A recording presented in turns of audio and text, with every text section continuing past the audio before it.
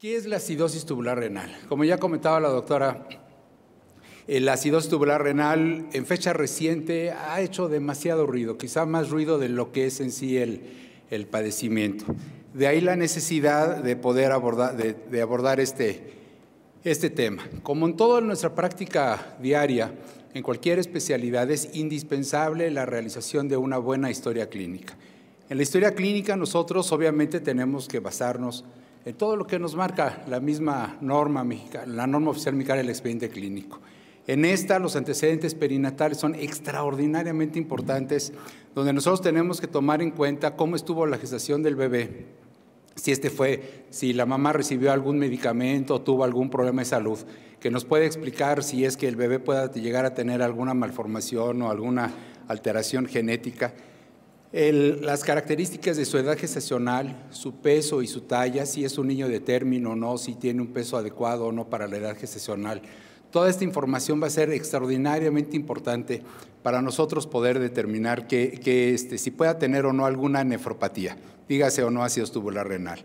Por ejemplo, sabemos que un niño prematuro extremo, tiene posibilidades de que la velocidad de crecimiento de ambos riñones se va a ver mermada por la misma prematurez, de tal forma que a lo mejor a los 8, 10, 12 años es un niño que podría darnos algunas manifestaciones de disfunción renal, pacientes prematuros o en un momento dado niños que estuvieron en una terapia intensiva y que estuvieron recibiendo furosemide. Sabemos que este va a favorecer hipercalciuria, nefrocarcinosis. Entonces, de ver este tipo de hallazgo en el ultrasonido, bueno, no necesariamente lo vamos a etiquetar como acidosis tubular renal. Entonces, de tal forma, la historia clínica, los antecedentes perinatales son muy importantes.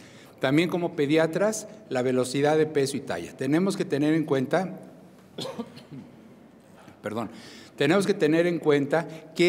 con qué peso y talla nace el bebé con respecto a su edad gestacional y posteriormente cuál ha sido la velocidad de crecimiento, de tal forma que cuando nosotros lo revisamos, ese va a ser un momento de la fotografía, nada más un momento de la película es cuando le estamos revisando el peso y la talla, pero tenemos que analizar desde que el niño nace cuál ha sido la velocidad de ganancia de peso y cuál ha sido la velocidad de la talla.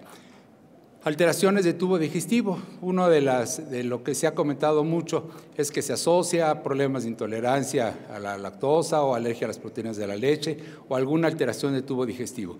Ahí en la historia clínica nosotros nos vamos a detener en el aspecto de que si el niño tiene o no alteraciones de su tubo digestivo, constipación, estreñimiento, vómitos frecuentes, si el niño es o no portador de flujo gastroesofágico, se lo tiene o lo tuvo y si lo tiene, realmente cómo se catalogó, cuál ha sido la evolución. Obviamente alteraciones hidroelectrolíticas, si hay alteraciones o no en el mecanismo de la sed. Frecuentemente los padres nos pueden decir que el niño toma más agua que de lo habitual o que el niño no concentra la orina y que por la noche se está orinando. Entonces, todo este tipo de datos nos van a ayudar para saber si tenemos o no algún problema renal o de cualquier otro tipo, ¿no? Obviamente, la presencia de tetania, raquitismo, nefrocarcinosis u otro tipo de alteraciones extrarrenales. ¿Qué es lo que se dice mucho de la acidosis tubular renal? Elevada frecuencia. Yo creo que si bien es cierto, se habla demasiado de acidosis tubular renal, yo creo que más de la cuenta, que esto ha generado asociaciones, ha generado fundaciones, entrevistas y publicaciones en diarios nacionales, incluso solicitar de apoyo en el extranjero, básicamente Tenerife en España, para ver qué es lo que está pasando, si los niños de México son marcianos o por qué tenemos tanta acidosis tubular renal. Lamentablemente se ha hecho un sobrediagnóstico de la acidosis tubular renal sin lugar a duda. Esto ya lo veremos más adelante. Entonces, lo que se refiere estrictamente a lo que es acidosis tubular renal no es tan frecuente como parece. Ya veremos lo que vemos y hemos etiquetado, y yo me sumo a ello como acidosis tubular, pues vemos que no es así. Deterioro del peso y de la talla, sin lugar a duda, ¿no? Pacientes con acidosis tubular renal sí tienen alteración de peso y talla, pero no, ustedes como pediatras, cuando les llegue el paciente, pensar en muchas otras cosas y ya al último, prácticamente por exclusión, considerar a la acidosis tubular renal. Ustedes lo saben abordar, todos estos chiquitos que tienen problemas de malabsorción, que tienen problemas de reflujo, alteraciones en la masticación, presencia de náusea y vómito, desde luego que en la acidosis tubular renal se llega a presentar, pero hay múltiples causas que generan esta sintomatología y no necesariamente esa acidosis. La falta de apetito y la dificultad para masticar, estreñimiento, diarrea, niños con intolerancia o problemas de mala absorción van a estar compartiendo este tipo de situaciones. Niños con acidosis tubular renal o con cualquier otra tubulopatía, muchos de ellos se acompañan de alteraciones en el mecanismo de la sed, tienen incapacidad para concentrar, puesto que su problema es a nivel tubular, no concentran la orina y se pueden deshidratar con mucha facilidad. Independientemente que esta orina venga cargada de electrolitos y pueda favorecer problemas de hiponatremia, hipocalcemia, etcétera. Problemas de hipotonía, si nosotros relacionamos la hipotonía a una nefropatía, en particular acidosis tubular renal, pues desde luego para pacientes con problemas de hipocalemias en los que se asocia la hipotonía. Desarrollo psicomotriz también es algo muy importante. Ya veremos algunos tipos de acidosis tubular renal hereditarias, se acompañan de alteraciones psicomotrices, entonces pues sí debemos de tenerlo en cuenta, aunque la historia clínica también nos va a ayudar para poder encontrar alguna explicación. Infecciones de vías urinarias frecuentes en la acidosis tubular renal, no necesariamente. Sabemos que si los pacientes por la patología de base tengan una orina alcalina, y más aún cuando nosotros iniciemos tratamiento a base de bicarbonatos o citratos, vamos a favorecer la generación de infecciones urinarias frecuentes. Y aquí con infecciones urinarias frecuentes también podríamos mencionar otro tipo de infecciones que frecuentemente nos dicen los padres. Oiga, doctor, mi hijo se enferma mucho. ¿Y en qué consiste sus infecciones? Bueno, muchas de las veces son bebitos que andan con rinorrea y eso lo catalogan como de infecciones de repetición. Entonces, son niños, si tienen bajo peso, bueno, pues a lo mejor tengan una mayor incidencia de infecciones, pero no necesariamente la acidosis favorece o tienen algún problema inmunológico que favorezca las infecciones. Presencia de nefrocalcinosis. Es un diagnóstico, la nefrocalcinosis grado 1 es una imagen subjetiva y hemos caído en la exageración de que por moda se está determinando diagnóstico de acidosis tubular y se habla inclusive de hipercalciuria con un simple ultrasonido renal. Inclusive ustedes pueden ya imaginarse si de dónde viene el estudio, qué es lo que van a encontrar. Nefrocalcinosis grado 1, y esto no es indicativo de una sola persona, ya son muchos los radiólogos que se atreven a hacer un diagnóstico de acidosis tubular renal por una nefrocalcinosis grado 1. Que yo, como se los explico a los padres, una grado 1 es un tanto subjetivo, como que me parece que está nublado el cielo. Bueno, pues sí está nublado, pero no tanto. Mira, atrás ya se empieza a ver algo de luz. Entonces, sí tener cuidado con el término de nefrocalcinosis.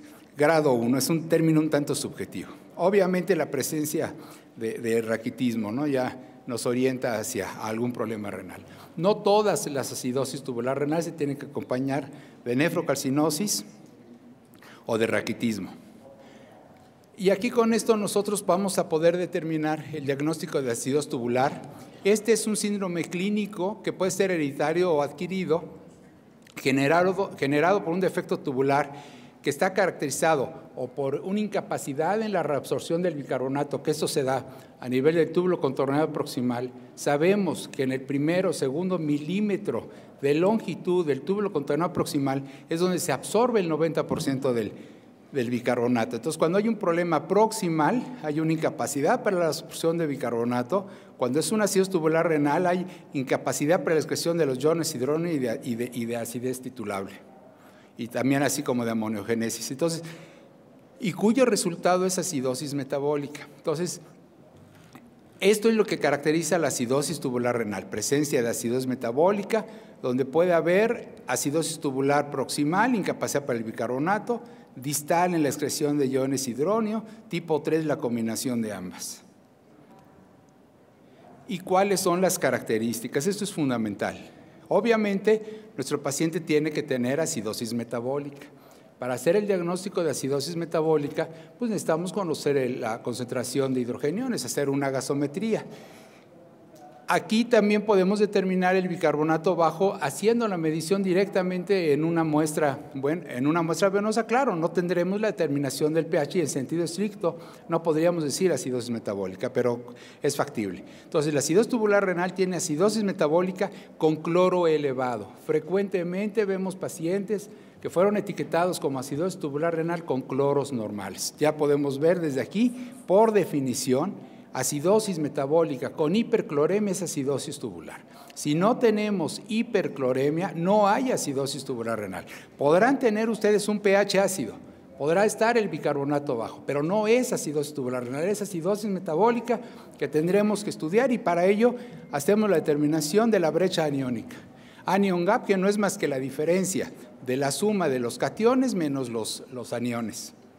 Y este anion gap en pacientes con acidosis tubular debe de ser normal. Entonces, ahorita nos vamos a detener un poquito más a ello. La presencia de bicarbonato en orina, que no necesariamente es una constante, dependiendo de la magnitud del problema, podemos o no presentar bicarbonatos elevados. Inclusive el paciente puede tener capacidad ante un estado de acidosis metabólica extrema de retener el bicarbonato en orina. Y obviamente lo que ya habíamos dicho, una disminución en la excreción neta de ácidos y la amoniogénesis. Aquí a ustedes les ha tocado ver, sin lugar a duda, en diferentes laboratorios, diferentes valores de referencia para las concentraciones de bicarbonato y de CO2 total. Por decir algo, si nosotros vemos un estudio de Star Médica Infantil Privado, que es ahorita el que se me viene a la cabeza, están hablando de valores normales, si mal no recuerdo, de 22 a 25 o 23, 25, sin hacer hincapié en la edad. Si hablamos de Olarte y Acle, creo que ellos están manejando cifras desde 18, si mal no recuerdo, 19 para pacientes adultos. Los dos laboratorios están en la Ciudad de México y están a la misma altura del nivel del mar. Sin embargo, tienen valores de referencia. Entonces, nosotros como pediatras no podemos hacer nada más el diagnóstico determinando la concentración de bicarbonato y CO2 total y traspolándolo a la referencia que nos está diciendo el laboratorio. Tenemos que ver la historia clínica. Si el paciente tiene un cuadro compatible con acidosis tubular renal o alguna nefropatía, le voy a ir dando crédito a todo lo que me vaya saliendo del laboratorio. No podemos de la gasometría irle a buscar un diagnóstico o tratarlo de acomodar como acidosis tubular renal. Esta publicación de 1975 en Gaceta Médica habla de las concentraciones de la gasometría o los valores de referencia a esta altura sobre el nivel del mar. En este primer renglón ustedes pueden encontrar la edad, las concentraciones de iones hidróneos, CO2 total y bicarbonato, así como la presión arterial del dióxido de carbono. En pacientes de estos meses son 35, estamos a este nivel del mar. Vean los valores de referencia que están dando de CO2 total, de 18.84 con la variancia y con concentraciones de bicarbonato. Aquí me gustaría hacerles mención, ¿qué tomamos? ¿Gasometría o CO2 total? Actualmente se están llevando a cabo la realización de la guía de práctica clínica precisamente de acidosis tubular. Y se necesita determinar qué vamos a hacer, si gasometría o determinaciones de bicarbonato y CO2 total en suero. Yo creo que quizá va a ganar la gasometría, puesto que yo con CO2 total bajo no puedo decir qué tipo de acidosis es. Puedo decir que está bajo el bicarbonato, que está la sangre ácida, pero no que sea o respiratorio o metabólico. Requiero de la gasometría. Entonces, tener cuidado con la gasometría. Recordemos que para la gasometría, ya sea que sea arterial o venosa, tiene que hacerse con una jeringa heparinizada. De acuerdo a la cantidad de heparina, es el pH que voy a modificar de la muestra. Puede ser que únicamente mojemos el interior de la jeringa con heparina o que le pongamos 1/10 para 1 centímetro probablemente y podamos estarlo modificando. 2, estar seguros de que estamos extrayendo totalmente la muestra sanguínea sin aire. 3, que inmediatamente lo sellemos para que no se fugue el CO2. 4, que lo pongamos en hielo, sí. Bueno, antes de todo esto que le tomemos la temperatura para que cuando lleguemos al gasómetro, calibremos con la cifra de hematocrito si es que nos los pide, con la cifra, con la temperatura corporal del paciente y con nuestras muestras sanguíneas con todas estas características. También hay jeringas que ya vienen con un anticoagulante precisamente para este procedimiento. Entonces, todas estas variables nos van a producir una alteración en la determinación del pH y por ende de los demás parámetros. Cuando llega un niño a un laboratorio, al consultorio, pues habitualmente antes que otra cosa empieza a llorar, de tal forma que empieza a hiperventilar. Hágame favor de ver en estas columnas donde tenemos pH normal, pero con diferentes concentraciones de dióxido de carbono. Por debajo de 28 unidades TOR y por arriba de 34. Llorando sin llorar. Y vean ustedes cómo se modifican las concentraciones del CO2 total. CO2 total de 16 con el niño chillón, CO2 total de 31 cuando no está tan inquieto. Entonces, bueno, pues es un parámetro que aparte de todas las variables que tuvimos que tomar en cuenta en la gasometría, también que tenemos que tener en cuenta las condiciones en las que se tome la misma.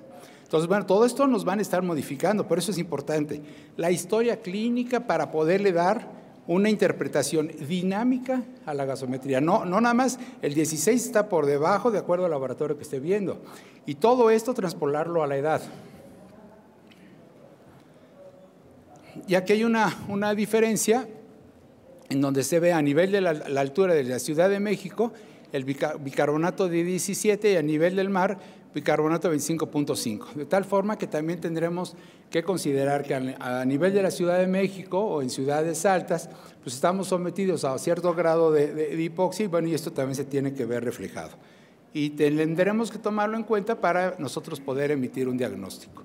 ¿Qué hacemos ante el diagnóstico de una acidosis metabólica? Bueno, para hacer el diagnóstico de acidosis metabólica es fundamental que determinemos el anion gap. ¿De qué depende anion gap o brecha aniónica? Estamos hablando de en sangre. Es la suma de los electrolitos positivos contra los negativos y nos debe dar de 12 más menos 4. Y vamos con respecto a las edades. Mientras más pequeños sean los niños, quizás recién nacidos, lactantes menores, tienen menor capacidad para absorber bicarbonato. Por lo tanto, ellos esperaríamos un anion gap discretamente elevado, a lo mejor cerca de los 16, y a mayor edad un anion gap por debajo de esto. Generalmente, como estas cifras no tienen tanto significado, se ha tomado para el cálculo del anion gap la suma del sodio menos la suma del cloro y bicarbonato, puesto que estos tienen concentraciones más altas. Sin embargo, tendremos que tomarlos también en cuenta. Cuando nosotros nos pidan una valoración para un paciente donde se sospecha acidosis tubular renal, tenemos que esperar que el paciente se encuentre en las mejores condiciones. Si es posible fuera del hospital, que mejor, digo, lo malo es porque las interconsultas no van a llegar, pero bueno, ni modo. Pero aquí, ¿qué tenemos que ver? Si el paciente llega por deshidratación a un área de urgencias, a un área de hospitalización, primero tendremos que esperar que el paciente se encuentre en equilibrio y si es posible, sin soluciones parenterales, para que sea más fidedigno nuestro estudio. Un paciente con problemas de hipoalbuminemia, por cada gramo por litro, por debajo de lo normal albúmina, incrementa el anion gap. Entonces eso tendremos que tenerlo en cuenta, sobre todo si tenemos, por ejemplo, un paciente grave en una terapia intensiva con problemas de hipoalbuminemia. Bueno, seguramente no va a ser el mejor momento para valorarle la brecha aniónica porque estamos sesgados por la concentración de albúmina. Entonces me va a confundir en el diagnóstico. Pacientes con desnutrición aguda probablemente, bueno, pues también hay que tenerlo en cuenta. Si yo tengo un paciente con acidosis tubular renal proximal, síndrome Fanconi, donde hay hiperfosfaturia, el fosfato en suero va a estar bajo. Entonces tengamos cuidado cuando valoremos el anion gap de este paciente, porque la misma hipofosfatemia nos va a alterar el anion gap y mi diagnóstico de acidosis tubular se va a ver alterado. Un buffer excelente el sulfato o la presencia de lactatos. Aquí podríamos hablar de enfermedades metabólicas, errores innatos del metabolismo.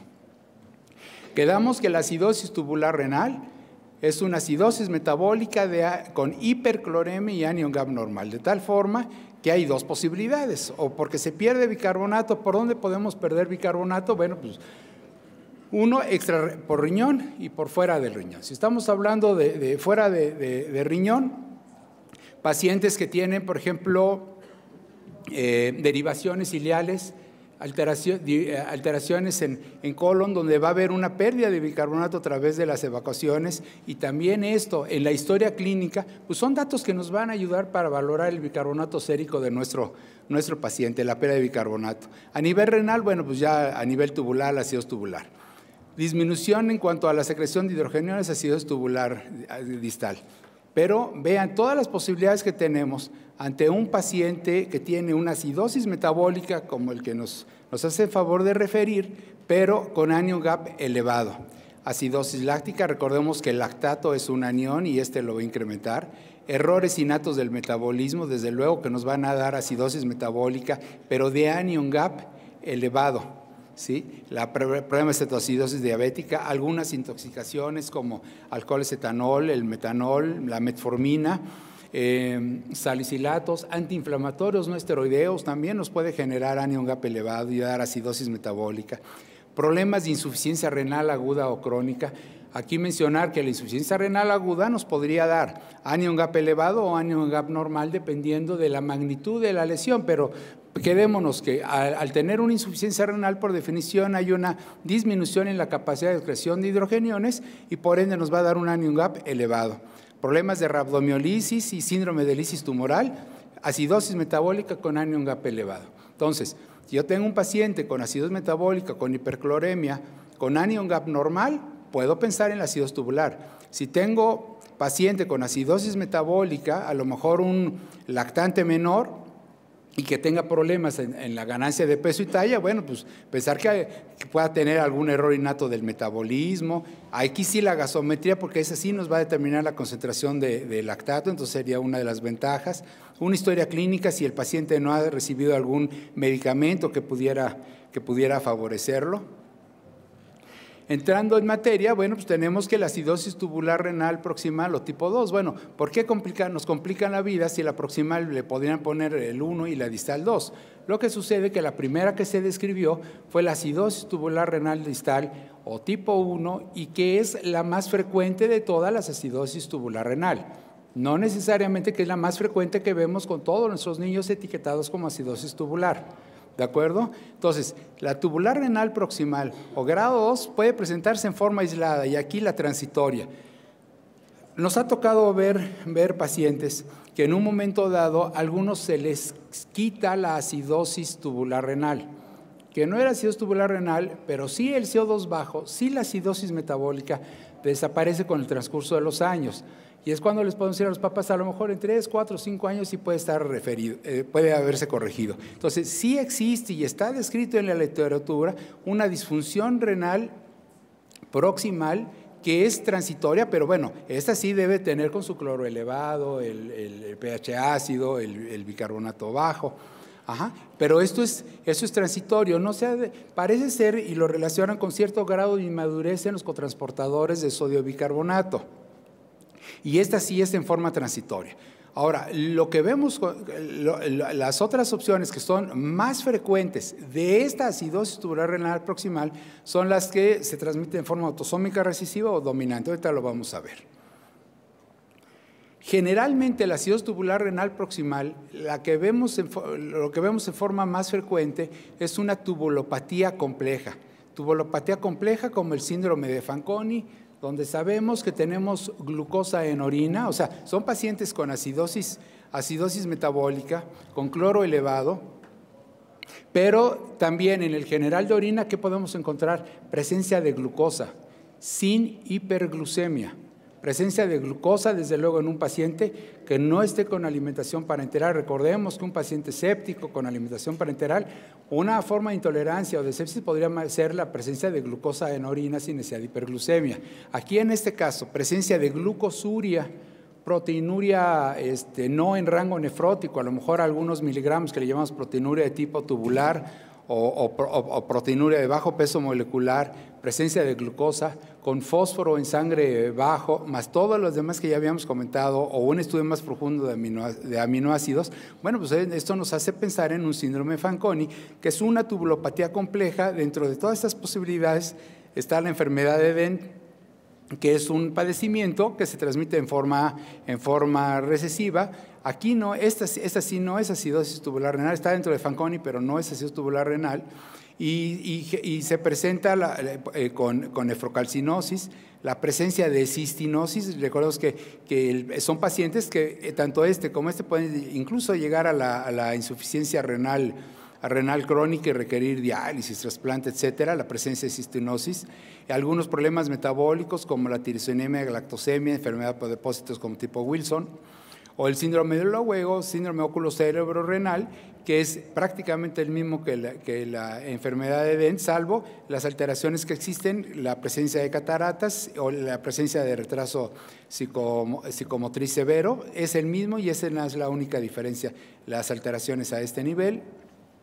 Problemas de intolerancia a la fructosa o problemas mitocondriales se pueden manifestar como síndrome de Fanconi. Entonces, como ustedes ven, esta que es una acidosis tubular, pues son pacientes realmente graves, pacientes enfermos, que no nada más vamos a tener un peso y una talla baja. ¿Qué es lo que la caracteriza? Bueno, pues tenemos que hay una reducción, que habíamos quedado de la absorción del bicarbonato. Generalmente podemos tener rangos entre 12 a 20 miligramos por litro. Aquí lamentablemente no nos están especificando si la edad del paciente, nada más así viene referido en la literatura que consulté. Puede tener bicarbonatos bajos o no tan bajos, pero ante una carga de ácidos es capaz de acidificar la orina. O sea, no necesariamente tendríamos un pH alcalino y si le midiera el bicarbonato en orina no necesariamente tendría que estar elevado. Antes hacíamos lo que le llamábamos nosotros una prueba de acidificación, en donde teníamos que administrar cloruro de amonio de 25 a 50 miligramos por cada kilo del peso. Se le administraba al paciente y esperábamos hasta que el paciente llegara a pH de 7.25, 7.30. O sea, generábamos nosotros una acidosis metabólica real, que algunas veces se nos pasaba a la mano y teníamos que revertir en forma inmediata la acidosis porque ya podía comprometer la vida del paciente. Entonces, estas pruebas de acidificación urinaria realmente ya no se realizan. Hay gente que se ha dedicado a estudiar esto y que ya hay otros métodos más sencillos sin arriesgar al paciente, pero sí se aprendió que pacientes con carga de ácidos son capaces de acidificar su orina, es decir, de presentar un funcionamiento adecuado ante la carga de ácidos en este tipo de acidosis. Riesgo de potasio bajo por terapia alcalina, de aquí que se comentaba del tratamiento con bicarbonato de sodio y bicarbonato de potasio. Generalmente, dentro de los mitos dices, bueno, si es acidosis metabólica puedo manejar el bicarbonato de sodio, pero tengamos cuidado con esto. ¿Por qué? Porque pacientes con acidosis tubular renal proximal pueden tener el potasio bajo y a la hora que nosotros le damos bicarbonato de sodio, como buena terapia alcalina, sabemos que vamos a favorecer el ingreso del potasio del espacio intravascular al espacio intracelular y por ende el potasio va a bajar si es que no lo tenía bajo por su propia patología. De tal forma que cuando se llegase a manejar el bicarbonato, generalmente podemos asociar bicarbonato de sodio con bicarbonato de potasio. Pero sí tener mucho cuidado con ello y habitualmente sí tiene una fracción excretada de bicarbonato mayor del 10%. Aquí les presento este dibujo, donde básicamente esto se da a nivel del túbulo contorneado proximal. Esta es la luz tubular y este es a nivel sérico.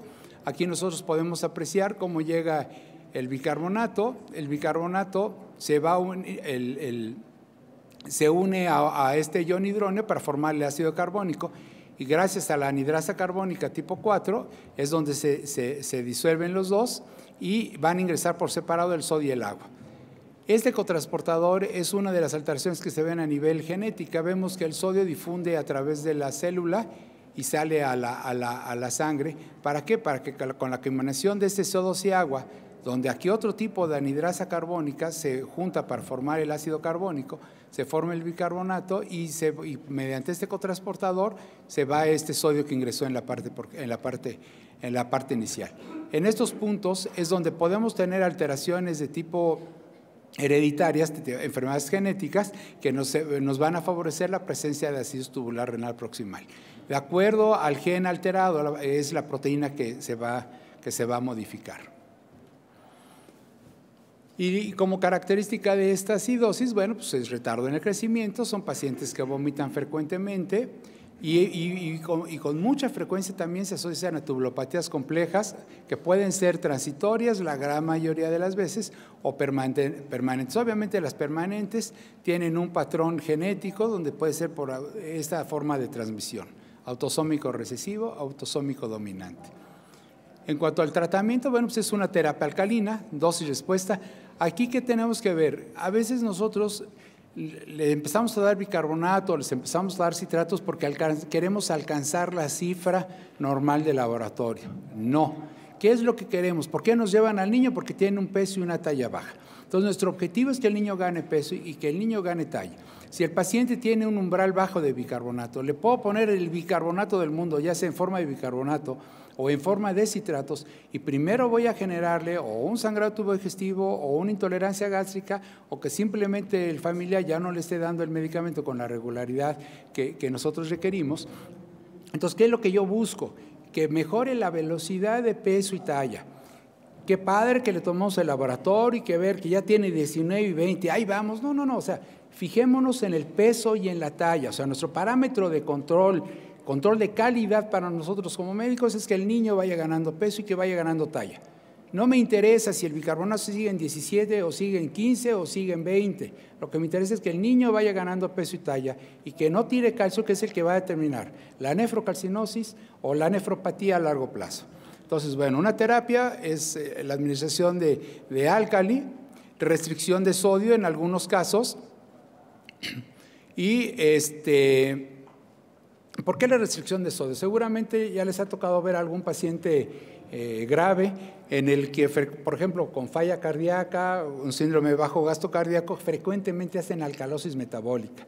Esto obedece a la hipoperfusión y por lo tanto y se genera una mayor absorción de bicarbonato en el túbulo contorneado distal. Si nosotros a nuestro paciente favorecemos una dieta baja en sal, bueno, también vamos a favorecer o a forzar sus mecanismos fisiológicos para aumentar la absorción de bicarbonato.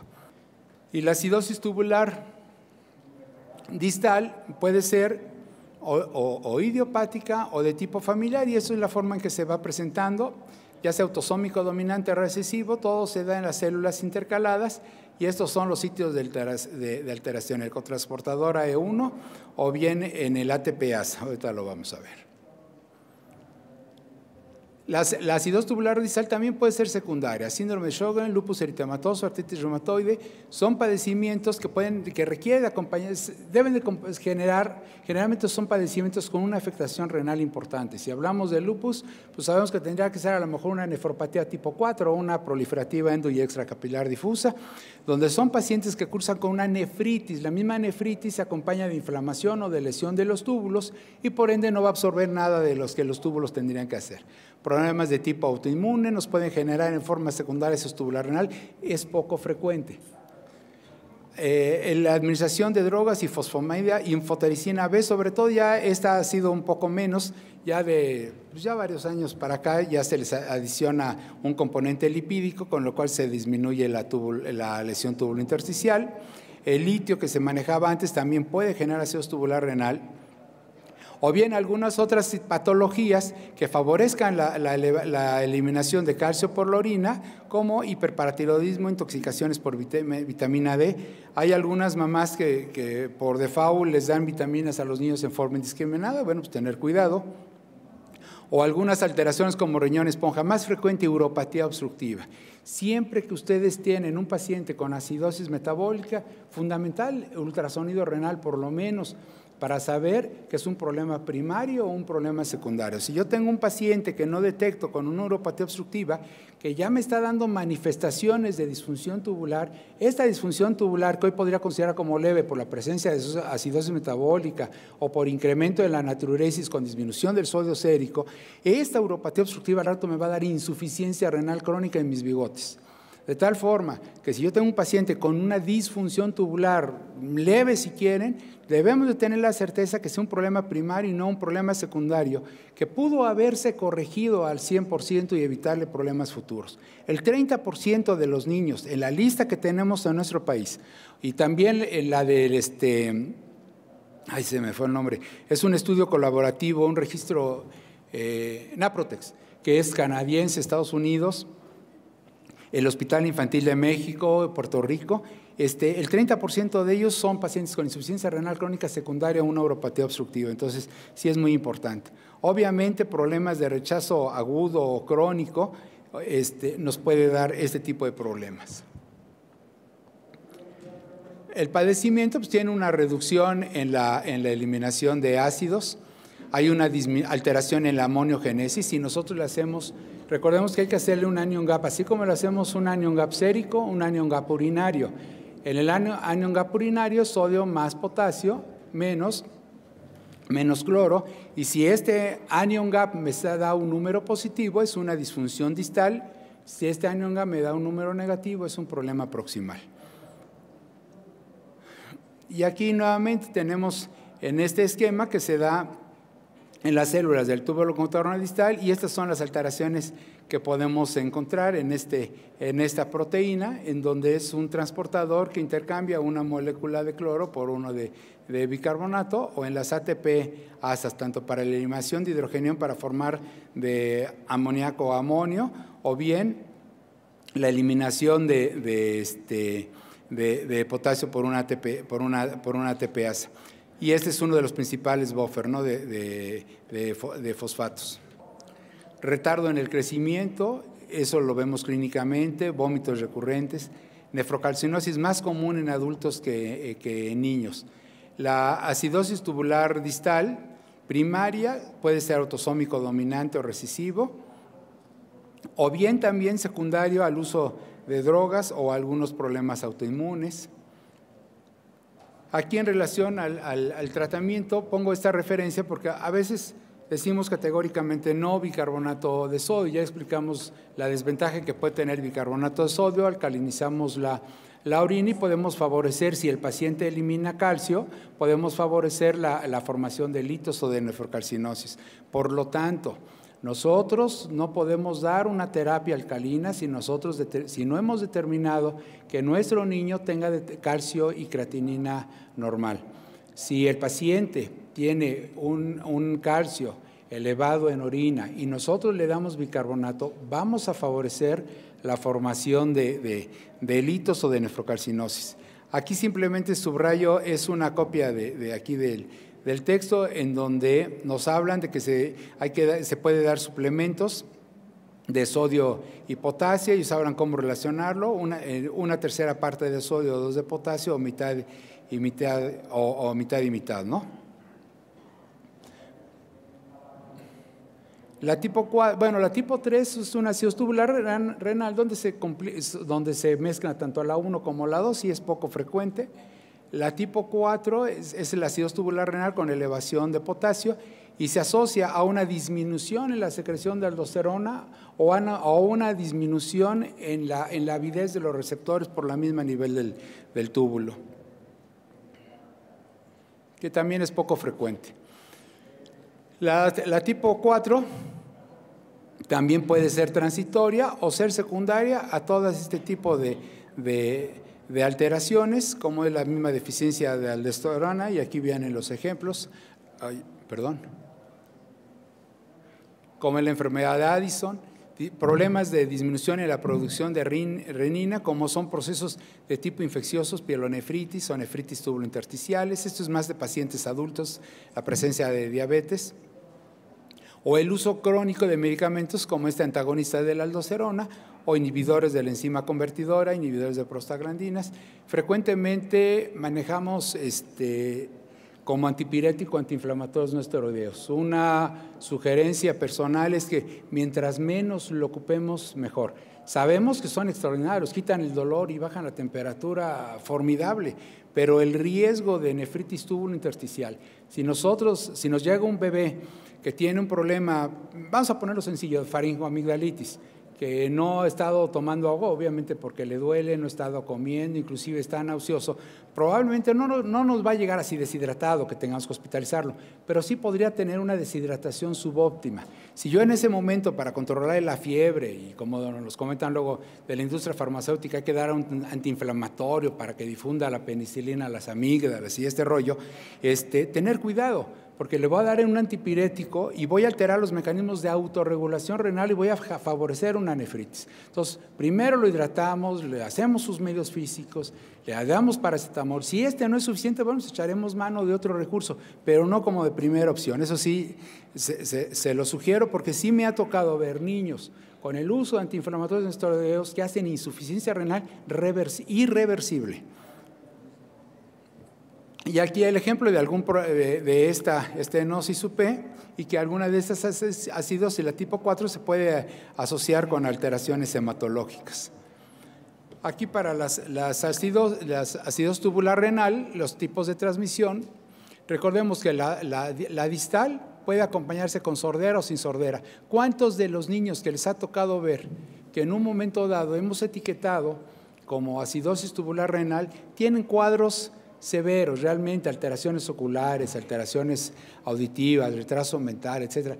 Realmente pocos. Tenemos niños con CO2 bajos, tenemos niños con problema de peso y talla, tenemos niños con infecciones de repetición, que no es un catarrito o una rinitis que no ha cedido, pero vean ustedes, por ejemplo, la tipo 1 que pueda o no acompañarse con sordera, porque estos genes los acompaña también en la cóclea.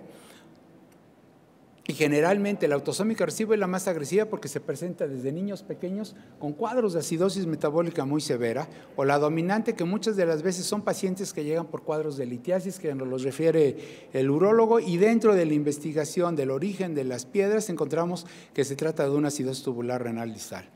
O en la tipo proximal, donde podemos tener problemas de potasio, obviamente hay una acidosis metabólica con esas alteraciones.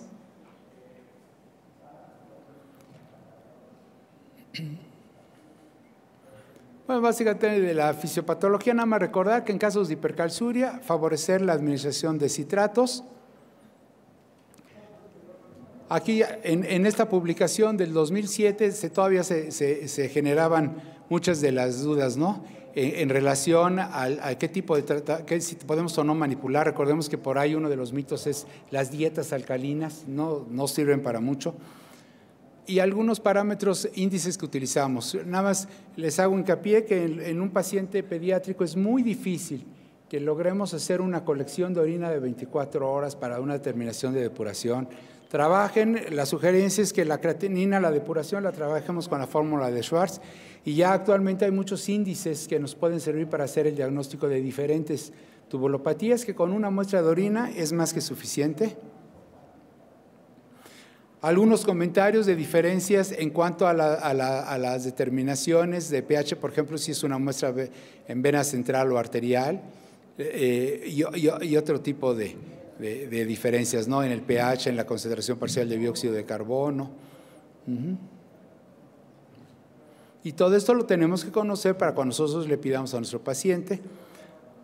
El estudio que tenemos que hacer para el paciente de talla baja, si es patológica o idiopática, si es o no desproporcionada. Aquí nada más, algo dentro de nuestra historia clínica. Es muy útil que nosotros hagamos a nuestro paciente una determinación de score de desviación estándar. Es un paciente mío, en donde vemos que a lo largo del tiempo, a pesar de irle corrigiendo el bicarbonato, el paciente se iba deteriorando, -2, -3, y yo nada más viéndolo, hasta -4,64, dije, bueno, pues ya es momento que alguien lo vea, alguien que sepa de esto, y el niño es una chiquita con un problema de condroplasia. El doctor me dijo, oye, Laguna, ¿sabes que ahora sí la regaste? No, porque este paciente tiene un problema de condroplasia, suspéndele los citratos que le estabas dando, porque es otro tipo de problema. Le suspendimos los citratos, el paciente pues, le bajó de inmediato el bicarbonato, o sea, tenía los dos problemas. Entonces seguimos con los citratos y se empezó a administrar hormona de crecimiento, y vemos cómo fue ganando. O sea, lejos de irse, cuando tenemos un paciente o tenemos el diagnóstico adecuado y no gana, es porque seguramente hay algún otro problema que no hemos diagnosticado. Entonces, sí es conveniente siempre que nos apoyemos de otra gente más que no tenga ceguera de taller y nos hagan estas observaciones. Esta chiquita continuó con los citratos porque sí tenía acidosis, pero también tenía problema con condroplasia y bueno, por lo menos ya no se siguió deteriorando el score de desviación estándar. Este tipo de ejercicios te lo aconsejo para poder ver el histórico del peso y la talla, y esto nos los va a dar la historia clínica del paciente. Ya nada más, estos son todos los parámetros que nosotros debemos de ver desde el punto de vista pediátrico, toda la relación desde el punto de vista somatometría, estado nutricional, obviamente algunas situaciones especiales que ya esto sería más del área del endocrinólogo. ¿A qué edad debemos hacer los exámenes? Bueno, pues yo creo que hay que hacer los exámenes en el momento en que el niño tuviera algún problema de ganancia, peso y talla. En forma rutinaria no. ¿Por qué? Porque si está de moda la enfermedad y la mamá quiere saber y una de malas nos sale con el bicarbonato bajo, pues nos vamos a volver locos, le vamos a decir que señora, qué bárbara, qué abusada es usted porque su hijo tiene acidosis y hay que empezar a darle tratamiento, le vamos a dar citratos. Entonces, si tenemos datos clínicos que requiera de auxiliares de laboratorio, lo hacemos. ¿En qué momento debe tomarse la muestra? Dependiendo de lo que ustedes quieran valorar. Si quieren ver si el paciente ya no tiene problema de acidosis o ya se resolvió su problema transitorio, le suspendemos el medicamento y tomamos una muestra de sangre. Si yo quiero ver cómo va evolucionando mi paciente, únicamente me aboco a determinar si tiene o no cálculo en orina y sobre todo la evolución la vamos a determinar con el peso y la talla de nuestro paciente. Aquí, bueno, va a ser de acuerdo a ya la experiencia que tengan ustedes. La temperatura, esa temperatura ambiente del almacenaje, se ha relacionado si puede o no tener problemas de alergia alimentaria. Las dietas alcalinas, el problema que tiene es que son bajas en proteínas. Dependiendo si tira o no tira, cuál es qué es lo que debemos de manejar. Aquí tendremos que ver si el paciente tiene un desarrollo psicomotor o no y cómo está su estado metabólico. Células madres no sirve absolutamente para nada. Y de acuerdo al patrón genético, pues ya tendríamos que ver a quién le echamos la culpa, si es que alguien la tiene. Este es mi correo electrónico. Ustedes me mandan un correo y les paso la liga para Dropbox y toda la plática está disponible para ustedes. Les agradezco mucho.